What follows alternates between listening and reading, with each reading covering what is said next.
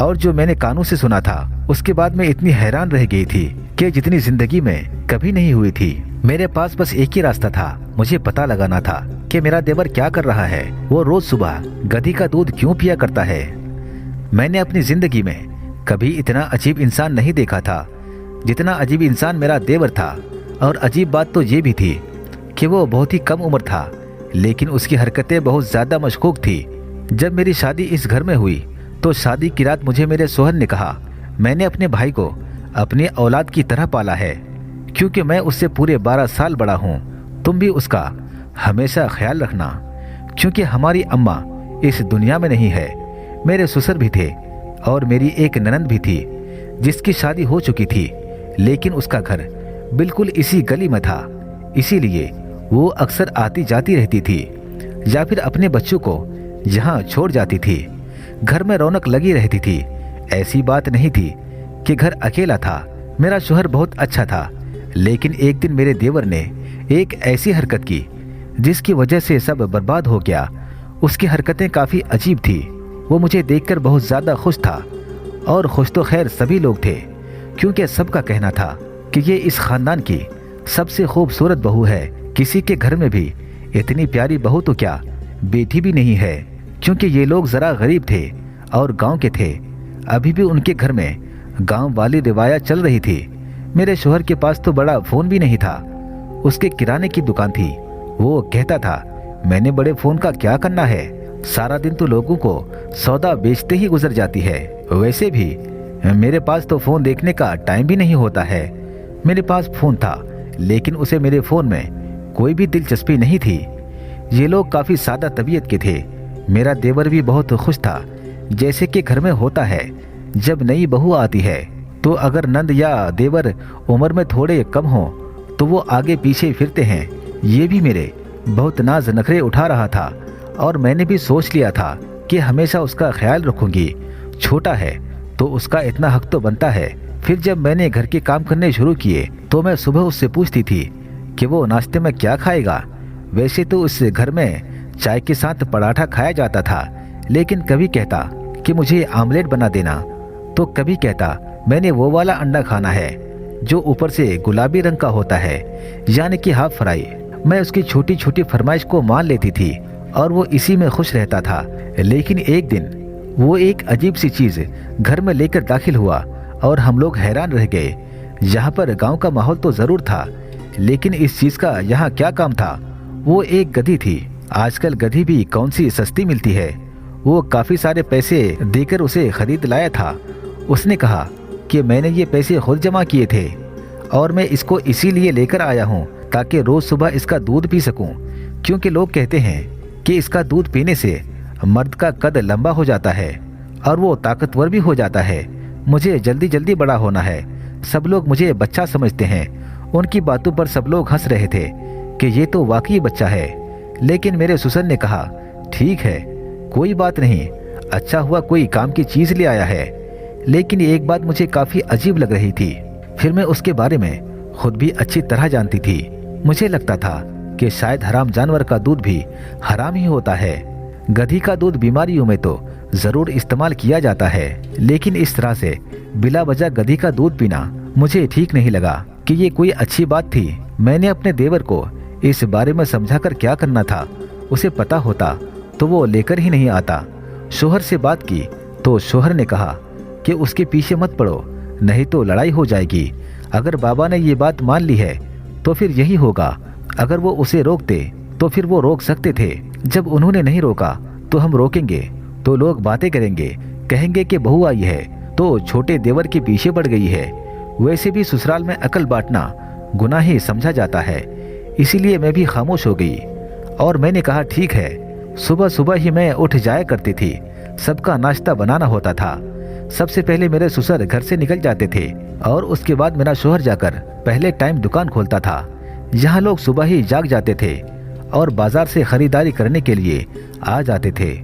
देवर उठता और गधी का दूध निकालकर खाली पेट उसको पीना शुरू कर देता।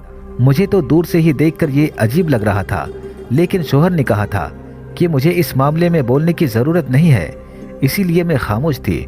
मैंने उससे पूछा कि तुम्हारे लिए नाश्ता बना दूं, तो कहने लगा, नहीं पहले मैं ये दूध पीऊंगा, उसके 2 घंटे बाद नाश्ता करूंगा, और कमरे में चला गया। आजकल वो काफी खुश था। छोटे लड़कों को ये बहुत शौक होता है कि वो जल्दी जल्दी बड़े हो जाए, लेकिन मेरे देवर को बड़े होने में 1-2 साल ही रह गए थे। वैसे इस घर में वो सबका लाडला था, जो भी चाहता था उसे मिल जाता था। उसने अपने कमरे में एक कंप्यूटर भी रखा था, जबकि इस इलाके में ज्यादातर लोगों के पास कंप्यूटर नहीं था। इसीलिए बच्चे इसके पास आते और वो बच्चों को मेमोरी कार्ड में फिल्में डाल दिया करता था। इसी तरह उसने पैसे जमा करके ये गधी खरीद ली थी और उसने कहा था कि उसका ख्याल भी मैं खुद ही रखूंगा, उसके सारे काम भी खुद ही करूंगा, किसी को ज्यादा तकलीफ नहीं होगी। ये तो अच्छी बात थी। दिन इसी तरह गुजरते रहे। मेरा शोहर अच्छा था, लेकिन पूरा दिन काम में मसरूफ रहता था। शादी गोया कि सिर्फ इसीलिए हुई थी कि घर में एक औरत आ जाए जो घर के काम करे, क्योंकि इस इलाके में तो मुझे ऐसा ही लगता था कि मेरी शादी हुई है। ना मैं अपने शोहर के साथ कहीं सैर करने जाती थी, ना हम लोग कहीं खाना खाने जाते थे। वो तो मेरे अम्मी अब्बू के घर भी नहीं आता था, क्योंकि फिर उसका पूरा दिन खराब हो जाता था। फिर अम्मी अब्बू भी मुझे समझाते थे कि दुकानदारी बंदे की जिंदगी में ऐसी ही होती है, जिसकी छुट्टी नहीं होती, अगर छुट्टी कर ले तो नुकसान होता है। फिर तो मुझे दुकानदार बंदे से शादी करनी ही नहीं चाहिए थी, क्योंकि मेरी जिंदगी में बस यही सब कुछ रह गया था। पूरा दिन घर के काम करो और रात को सो जाओ। अपनी नंद से कभी कभी मिलने जाती थी, कभी वो आ जाती थी, लेकिन वो बेचारी भी मेरी तरह दोहों की मारी हुई थी। उसके 4 बच्चे थे जो शादी के 10 साल बाद ही पैदा हो गए थे। वो भी हमेशा मसरूफ रहती थी। उसके घर जाती तो कभी किचन में खड़े होकर उससे बात कर लेती, तो कभी कपड़े धोते धोते। पर एक दिन घर में एक बहुत अजीब बात हुई। मैंने अपने देवर को अपने कमरे में जाते हुए देखा। वो वहां से कुछ चोरी करके ले जा रहा था, और उसके बाद मैं जब अपने कमरे में आई तो मेरे कमरे में सामान बिखरा हुआ था। मैं काफी हैरान थी कि मेरा शोहर तो सुबह सुबह चला जाता है और सुबह सब कुछ ठीक था, पर ऐसा क्यों लग रहा है कि मेरे कमरे से किसी ने तलाशी ली है। फिर वो मंजर मेरे सामने आया जब मेरा देवर चोरी चोरी कोई चीज छुपाकर अपने कमरे में ले जा रहा था। मैं काफी हैरान थी।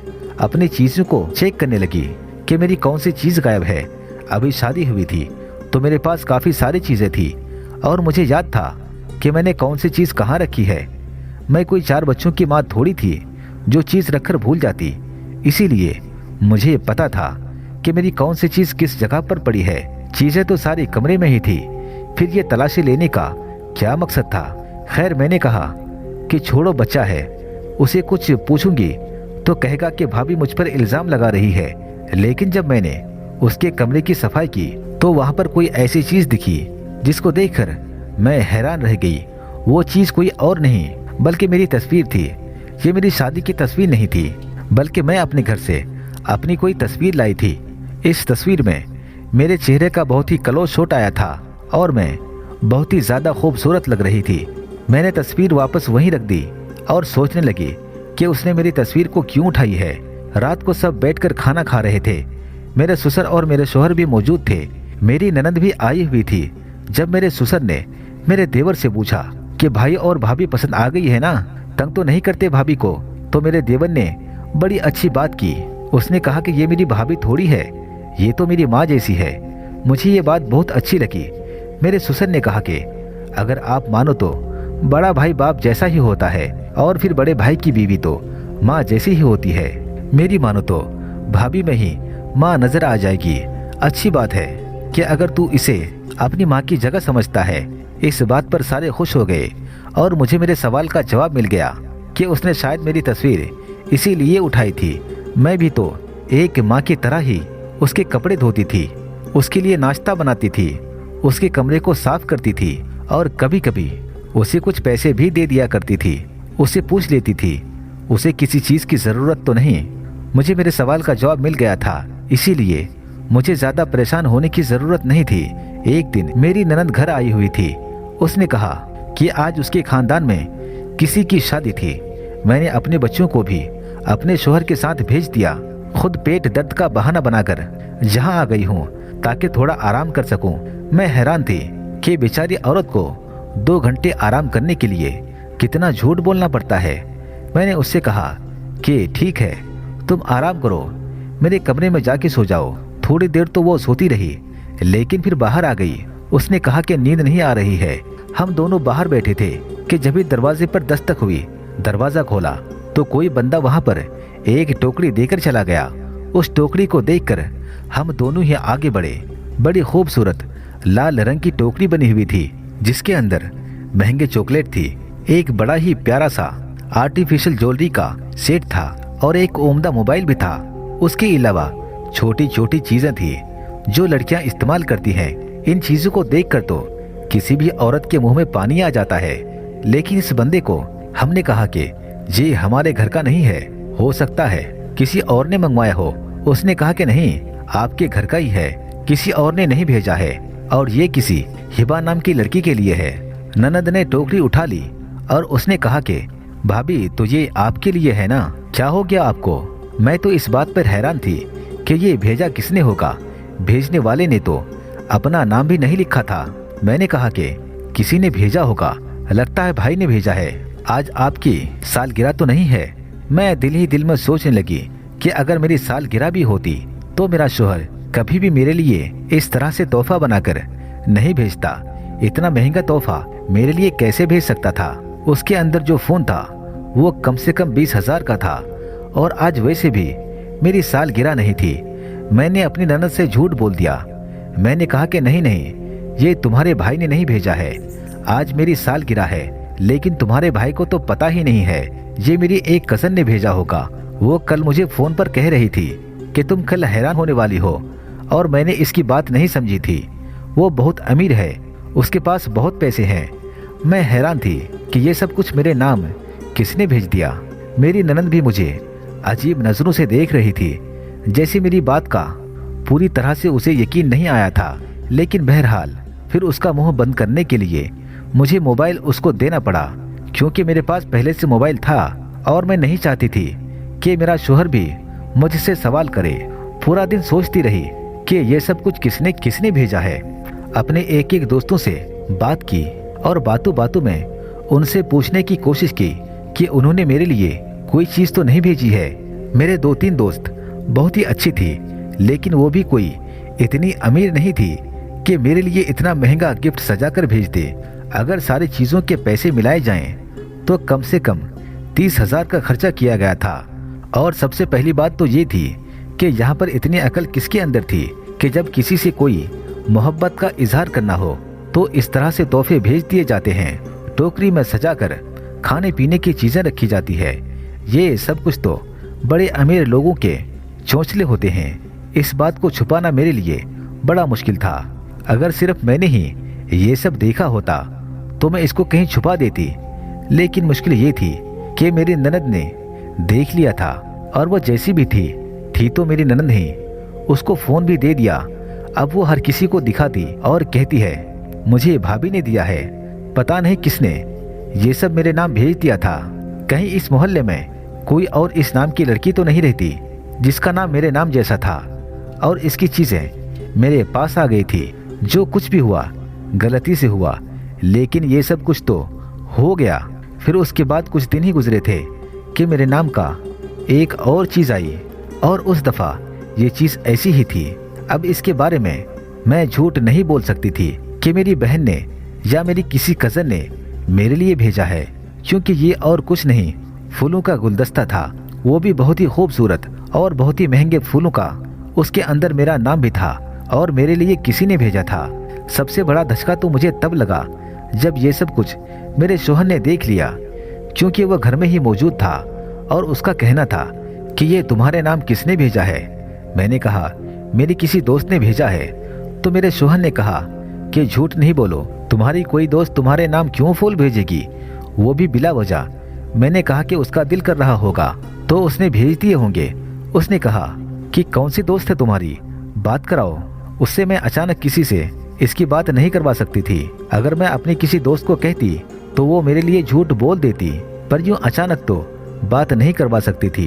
तो मैं आनाकानी करने लगी। मेरे शोहर के दिल में बात आ गई। उसने कहा कि देखो तुम बहुत खूबसूरत हो, मुझे पता है मैं तुम्हारे काबिल भी नहीं था। तुम्हारे माँ बाप ने मेरे घर की शराफत देखी थी। अब इसी शराफत का बोझ तुम्हारे कंधों पर भी है। तुम जो कहती हो मैं मान लेता हूँ, लेकिन अगर दोबारा इस तरह की कोई हरकत हुई तो मैं माफ नहीं करूँगा। और तुम जो कुछ भी कर रही हो वो ना करो। मैंने कहा कि मेरी बात सुनो, आप मुझ पर इल्जाम लगा रहे हैं। मेरे शोहर का कहना था तुम इस घर में आई हो तो तब से ही इस तरह की हरकतें शुरू हुई है। पहले तो यहाँ कोई गलती से भी फूल नहीं दे के जाता था। इससे पहले भी एक चीज यहाँ आई थी। मैं सब कुछ जानता हूँ। अगर मैं कुछ नहीं बोलता तो इसका मतलब ये नहीं कि मैं बेवकूफ़ हूँ। मेरे शोहर ने मुंह बना लिया और उसको मनाने के लिए मुझे न जाने कितने जतन करने पड़े। बात तो ठीक थी, मर्द कभी बेवकूफ़ नहीं होता है। और ऐसे कौन किसी के घर में चीज़ें भेजता है, वो भी 2 दफ़ा।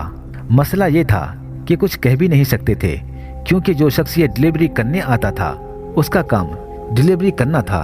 और अगर उनसे पूछा भी जाता तो वो ये बातें नहीं बता सकते थे, क्योंकि डिलीवरी करने वाला जैसे कहता है वैसे ही वो लोग काम करते हैं। ये तो उनकी नौकरी है, उन्होंने अपनी नौकरी करनी होती है। उससे पूछने का कोई जवाब ही नहीं बनता था। मैं काफ़ी परेशान थी कि कहीं इस गलत फहमी की वजह से मेरा घर ही बर्बाद ना हो जाए। किसी ना किसी से तो ये बात करनी थी, तो मैं अपनी बहन को बताई। मेरी बहन भी परेशान हो गई। उसने कहा बाजी आपके पीछे कोई पड़ गया है, किसी ने आपको देख लिया है और वो आपका दिल जीतने के लिए आपको तोहफे भेज रहा है। मैंने कहा कि मुझे किसी ने नहीं देखा है। जब से शादी हुई है मैं कहीं भी बाहर नहीं आई गई हूँ, सिवाय तुम लोगों के घर या फिर ननद के घर जाती हूँ। और उसके घर में तो कोई इस तरह का नौजवान लड़का भी नहीं है, सिर्फ उसके बच्चे और उसका शोहर रहता है, या फिर उसकी सास ससुर भी नहीं थे। समझ नहीं आ रही थी कि क्या हो रहा है। दिन इसी तरह से गुजरने लगे। मेरे शोहर का रवैया किसी तरह मेरे साथ ठीक हो गया। मैं उसे ये तो नहीं कह सकती थी कि अच्छा गलती हो गई, आइंदा नहीं करूँगी, क्योंकि मैंने तो कुछ किया ही नहीं था। अगर मैं उससे कहती कि गलती हो गई है तो फिर वो यही समझ लेता कि मैंने कोई गलती की है। एक दिन मैं अपने कमरे में लेटी थी, मेरा शोहर घर नहीं था। दोपहर में सबको खाना देने के बाद मैं शाम से थोड़ी देर पहले आराम कर लेती थी। मुझे नींद नहीं आती थी, क्योंकि नमाज का टाइम निकल जाने का डर लगा रहता था। मैंने अपने कमरे के आगे जाली का पर्दा लगाया था। जाली के पर्दे में से आप बाहर देख सकते हैं, लेकिन बाहर से कोई अंदर नहीं झांक सकता।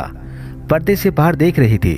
बिल्कुल सामने मुझे अपने घर का दरवाजा नजर आ रहा था कि जब किसी ने दस्तक दी। मैं उठने लगी तो मेरा देवर दरवाजे की तरफ चला गया। मैं वहीं पर रुक गई। मैंने कहा कि वो खुद ही देख लेगा कि कौन आया होगा। अगर मोहल्ले से कोई औरत आई होगी, मुझसे कोई काम होगा तो मुझे बता देगा। पर सामने का मंजर देखकर मैं हैरान रह गई। सामने वही डिलीवरी वाला लड़का खड़ा था और इस दफा फिर से कोई बड़ा सा तोहफा लाया था जो मेरे देवर ने वसूल कर लिया था। मेरा दिल घबराने लगा कि अब ये तोहफा लेकर मेरे पास आएगा और कहेगा कि भाभी आपके लिए किसी ने भेजा है, यानी कि उसको भी ये बात पता चली जाएगी। मैं डर के मारे बाथरूम में चली गई कि अगर वो मेरे कमरे में आएगा तो मुझे ना पाकर यहाँ से चला जाएगा। लेकिन वो मेरे कमरे में आया ही नहीं। मुझे किसी भी हलचल की आवाज़ नहीं आई। मैं थोड़ी देर बाद बाहर निकली तो वो शायद अपने कमरे में जा चुका था। इस टाइम वही घर में होता था। मेरे ससुर भी काम पर होते थे। वो किसी अड्डे पर बैठ के टिकट वगैरह काटा करते थे और मेरा शोहर भी दुकान पर होता था। मैंने कहा कि वो कौन सी चीज़ थी, वो तो मुसीबत का पिटारा था। अच्छा हुआ क्या अपने पास ही रख लिया, लेकिन ये भी तो हो सकता था कि वो बाद में मुझसे सवाल करता, लेकिन उसने मुझसे कोई सवाल नहीं किया और ये भी कोई नॉर्मल बात नहीं थी। मुझे कुछ शक होने लगा क्योंकि मैंने अपने देवर को किसी से फ़ोन बात करते हुए सुन लिया था और जो मैंने कानों से सुना था उसके बाद मैं इतनी हैरान रह गई थी कि जितनी जिंदगी में कभी नहीं हुई थी। मेरे पास बस एक ही रास्ता था, मुझे पता लगाना था कि मेरा देवर क्या कर रहा है। वो रोज़ सुबह गधी का दूध क्यों पिया करता है, मेरी ज़रूरत से ज़्यादा ही तारीफ करता है और मेरी तस्वीर उसने अपने कमरे में लगा रखी थी। इसका क्या मतलब हो सकता था? इन सारी बातों पर मेरा ध्यान कभी भी ना जाता और मैं उन सारी बातों को नॉर्मल ही समझती, लेकिन जो मैंने अपने कानों से सुना था वो बिल्कुल भी नॉर्मल नहीं था। इसीलिए मुझे पता था कि मैंने क्या करना है। एक दिन मैंने प्लान बना लिया और अपने देवर के कमरे में ही छुप गई। पर मुझे कोई बुला भी सकता था, लेकिन फिर सोचा कि इस तरह तमाशा बन जाएगा। अपनी ननद के पास गई और उससे कहा कि मैं जरा अपने घर जा रही हूँ, तुम मेरे घर को देख लेना। इसने कहा ठीक है। मुझे पता था कि उसने देखना ही नहीं है, अक्सर देखती भी नहीं थी, पर उसे बताकर ही मैं जाया करती थी। वापस घर आ गई और अपने देवर के कमरे में छुप गई। वो कमरे में नहीं था तो मैंने देखा कि इस दफा जो सामान आया था वो उसके कमरे में ही पड़ा हुआ था और उसने अभी तक मुझसे इसके बारे में कोई सवाल नहीं किया था, जबकि इसमें भी मेरे नाम का ही कार्ड था। उसके अंदर 2-3 मोबाइल थे और मजीद महंगी महंगी चीजें थी। इसको सजाने वाले ने लगता है 2-3 लाख रुपए खर्च कर दिए थे। मैं हैरान रह गई। जब मेरे देवर कमरे में आया तो मैं पर्दे के पीछे छुप गई। उसे नहीं पता था कि मैं इधर हूँ। उसने आके कंप्यूटर ऑन किया और किसी से बातें करने लगा। मुझे मेरी नंद ने बताया था कि उसने जिद करके ये कंप्यूटर लगवाया है। मेरे बाबा को मोबाइल पसंद नहीं, इसीलिए उन्होंने कहा कि हम किसी के हाथ में मोबाइल नहीं देखना चाहते, इससे नस्ल खराब हो जाती है। मेरे देवर के पास फोन था पर छोटा मोबाइल था जिससे वो सिर्फ कॉल कर सकता था, लेकिन उसने कंप्यूटर पर इंटरनेट के जरिए तरह तरह के ऐप इंस्टॉल कर रखे थे। उसने अपने अकाउंट के ऊपर एक बहुत ही खूबसूरत सी लड़की की तस्वीर लगा रखी थी। अभी तक मुझे कुछ समझ नहीं आ रहा था कि क्या हो रहा है, लेकिन थोड़ी देर बाद वो मैसेंजर पर किसी से बातें कर रहा था और अगले शख्स के मैसेज भी मुझे नजर आ रहे थे। वो कह रहा था, हिबा डार्लिंग अपनी तस्वीर तो दिखा दो। हिबा तो मेरा ही नाम था। उसने इस शख्स को मेरा नाम बताया हुआ था और यहाँ से लड़की के नाम का अकाउंट बनाया हुआ था। उसने कहा कि तस्वीर तो दिखा दो, अब तुम्हें तो मैंने तोहफे भी भेज दिया है और तुम्हारे अकाउंट में 50,000 रुपए भी डाल दिए हैं तुम्हारी अम्मी के ऑपरेशन के लिए। अब अपना चेहरा तो दिखा दो। और फिर मेरे देवर ने वो हरकत की जिसकी वजह से मैं ना सिर्फ मेरा घर बल्कि मेरी जिंदगी और यहाँ तक के मेरी इज्जत भी बर्बाद हो सकती थी। उसने मेरी तस्वीर उसको भेज दी। वो तारीफों के पुल बांधने लगा और मेरे देवर हंसने लगा। उसके बाद उसने उसे वॉइस मैसेज किया जिसमें ये लड़की की आवाज निकाल रहा था और इस तरह से बात कर रहा था जैसे कि ये हिबा ही हो। तब मुझे समझ आया कि ये गधी का दूध इसलिए पिया करता था क्योंकि इसके गले में कोई मसला बन गया था। इसका गला बहुत ज्यादा खराब हो गया था। इसको लड़की की आवाज निकालने के लिए अपने गले को ठीक रखना था और उसे किसी हकीम ने बताया था कि गधी का दूध पीने से इसका गला बिल्कुल ठीक हो जाएगा और उसकी आवाज साफ हो जाएगी। मैंने पीछे से जाकर अपने देवर को बालों से पकड़ लिया और उसको 2 थप्पड़ मारे। इतना तो मेरा हक बनता था। थोड़ी ही देर के बाद मेरी नंद वहां पर आ गई थी। शायद चेक करने आई थी कि घर में कोई काम तो नहीं है। उसने ये मंजर देखा तो हैरान रह गई। मैंने उसको सब कुछ बता दिया और याद करवाया कि उस दिन जो तोहफा आया था मैं घबरा गई थी, इसीलिए मैंने तुमसे झूठ बोला था, लेकिन वो यही सब कुछ था और इसी से जुड़ा हुआ था। मेरी नंद ने भी देवर को मारना शुरू कर दिया और उसे कमरे में बंद कर दिया कि यहाँ से कहीं भाग ना जाए। शाम को इसकी सारी कारिस्तानी अपने ससुर और शोहर को सुना डाली। वो लोग भी हैरान रह गए। मेरा शोहर गुस्से से आग बबूला हो गया। कहने लगा, आज नहीं छोड़ूंगा। इसने तो मेरी बीवी की इज्जत नीलाम कर दी। न जाने वो मेरी तस्वीर कितने लोगों को भेजता रहा था, उन लोगों से बातें करता था और जब वो कहते थे कि अपनी तस्वीर दिखाओ तो वो मेरी तस्वीर दिखा देता था और मैं इतनी ज्यादा खूबसूरत थी कि वो कुछ भी करने को तैयार हो जाते थे। जितने पैसे मांगता इसको दे देते। तभी तो घर में मेरे नाम पर इतने सारे तोहफे आ रहे थे। तस्वीरें मेरी दिखाती और लड़की की आवाज निकालते और मीठी मीठी बातें करने में ये वैसे ही माहिर था। मेरे सर में दर्द होने लगा और बार बार आंखों में आंसू आ रहे थे। मेरी तस्वीर देख के लोगों ने न जाने क्या क्या सोचा होगा और वो तस्वीरें कहाँ कहाँ चली गई होगी। मेरे शोहर का कहना था कि मैं तो इसे पुलिस के हवाले कर दूंगा, लेकिन मेरे ससुर ने कहा, पुलिस के हवाले करोगे तो पुलिस वाले इसका क्या हल करेंगे। वो भी माफिया मांग रहा था। मुझे माफ कर दो, मुझे पैसों की जरूरत थी। मैं इससे पैसे कमाना चाहता था, इसीलिए मैंने ये सब कुछ किया। मेरी आवाज औरतों से बहुत ज्यादा मिलती थी। मैं औरतों की आवाज बहुत अच्छी तरह निकाल लेता था, इसीलिए मेरे एक दोस्त ने मुझे मशवरा दिया। लेकिन मेरे देवर के खिलाफ कोई कार्रवाई तो नहीं हुई, लेकिन इसका कंप्यूटर भी बेच दिया गया। इसने जो गधी रखी थी उसे भी बेच दिया गया और उसके अकाउंट में जो लोगों ने पैसे जमा किए थे वो सारे उनको वापस दे दिए गए। तो दोस्तों, ये थी आज की कहानी। अगर आपको मेरी कहानी अच्छी लगी है तो एक लाइक करें और चैनल को सब्सक्राइब जरूर से कर लें ताकि आपको इस तरह की कहानियां आगे और मिलती रहे। शुक्रिया।